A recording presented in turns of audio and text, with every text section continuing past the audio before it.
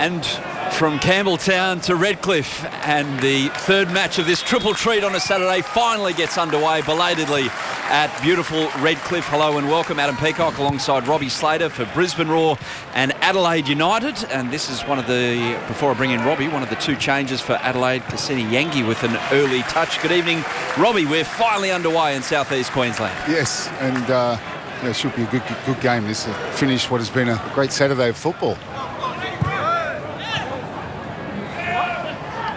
O'Shea wants to keep peppering this right-hand side, and it does release Hingett, who does well to keep it in, and that's a lovely header.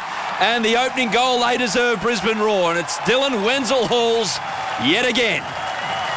Well, there you see, Hingett doesn't have time to think here. He's just whipped this across into an area, hoping that someone's attacking it. And boy, did Wenzel-Halls attack it. That is a super header at the near post. Brilliant cross from Hingett. Donald, and oh, look out, the two 23s come together. Wenzel-Halls gets straight back up. Jordan Elsie's left on halfway. No fear there from Wenzel-Halls. Absolutely zero. Super play. Great ball out to Corey Brown. Back comes the cross. Big chance. Scott McDonald. Great save.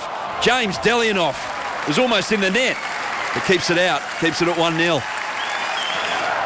This really good ball from Corey Brown. Scott McDonald gets up, thumping header, and it's a top-class save from Delianoff. Just a few moments out from half-time. Barry continues his run from midfield. McDonald. O'Shea will have a crack from the top of the box and puts it top corner and does double that lead for Brisbane Roar. Hit one much better than that one. That is absolutely superb. Curling all the way into that top corner. No chance again for Delianoff, and Brisbane just worked the space. And Scott McDonald gets the assist. And you say it's just a layback, but the way he held it up, shaped to go back to the left and just rolls it to O'Shea, one touch, and then bends one top corner. Scott McDonald, who's probably not going to win a foot race with too many out there, but he's smart enough to keep the ball going and win that foul. Surely, no, not given. Mork wins it back, and that was an opportunity there almost for Yangi to play in Al Hassan Toure. Well, I think he tried, and it was well cut out. Scott McDonald won the foul. Ball from Corey Brown. Wenzel-Halls 1-on-1 again. 23 on 23. Elsie cuts in again. Can he get the curl this time? Oh, it's a horrible mistake, unfortunately, for James Delianoff. But Wenzel-Halls, he's rewarded. He's got a double. And Brisbane have all 3 points. He just takes it on. Takes on Elsie, twists one way. Makes plenty of room for the strike. You see how it just dipped at the end. Delianoff gets it horribly wrong. It's no doubt it's a goalkeeping mistake, but it's an old adage. But they're deciding football games. They're prominent. They're being decisive.